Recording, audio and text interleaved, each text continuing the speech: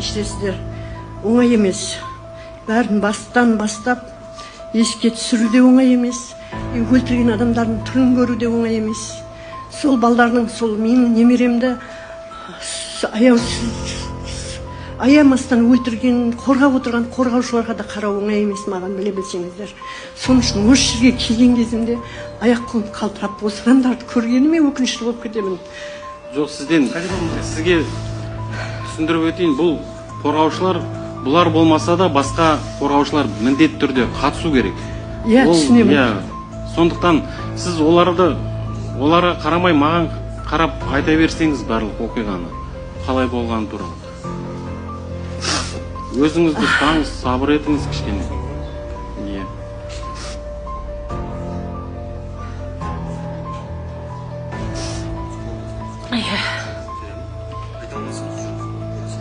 Жоқ, айтайын, күнде келмей.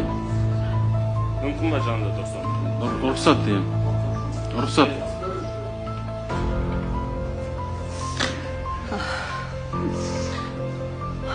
Сосын Шерзатқа қарап жүгіріп кетті бәрі.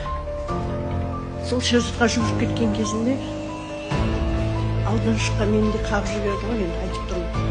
Содан кейін бәрі Шерзат қарап кетті деп, оны мен тұра алмай жатырмын, бірақ аударына қарасам, Шерзатты сол жерге барған адамның бәрі қол көтерді. Сізде түсінесіз ба? Бір адам қалған жоқ ол жерде, қол көтермеген, аяғымен теппеген. Бірақ мен баламның мұндай істейтіндей, бұларға не істеп қойғанын мен осы күнге дейін түсіне алмаймын. Бұл нәресте болған шықса, бұлардың өздерінің ар намыстары соған барып, соны өлтіргеннен мен таңғаламын. Бір шапалақ ұртты, бір мұш ұртты. Мен бір мұш ұрған үшін кешірім сұрауға келдім. Кешірім сұрауға келдім сол адамдардан. Аппақ шашыммен түнгі. Менің балам түнде жүректің бағы емес. Ол зарядкаға деп барған. Үйде жатқан бала зарядкаға деп барған. Соның аралығында жаңағы Қытайда оқитын бала Қытайға кететін болып, сол папасынан сол напитка анау-мынау аламыз, зарядочнигімді алып қайтам деген барған бала. Ол түн ортасында, түнде күндіз ол қаңғып жүрмейді. Түнде жүргізген емеспін ол баламды. Себебі жауапкершілік ол әкесінің қолында өспегеннен кейін оның жауапкершілігі менің мойнымда болған үшін мен оны түнде жүргізбеймін, ешқашан жүргенде емес. Әжеу деумен кетті нәрестем. Бірақ оны өлтіретіндей, өлтіру үшін барғандары бұлардың анық болып тұр.